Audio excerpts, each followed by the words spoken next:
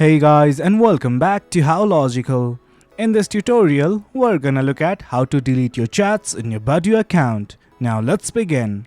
As you can see, I have already logged into my account. In case you have not, do log in right now. This is the interface. Well, what we want to do right now is simply delete our chats. For that, what we need to do is go to chats. It's right in between likes and profile. I'm simply gonna click on chats. Then this will open up. That is the chat section. Right now I simply want to delete this chat.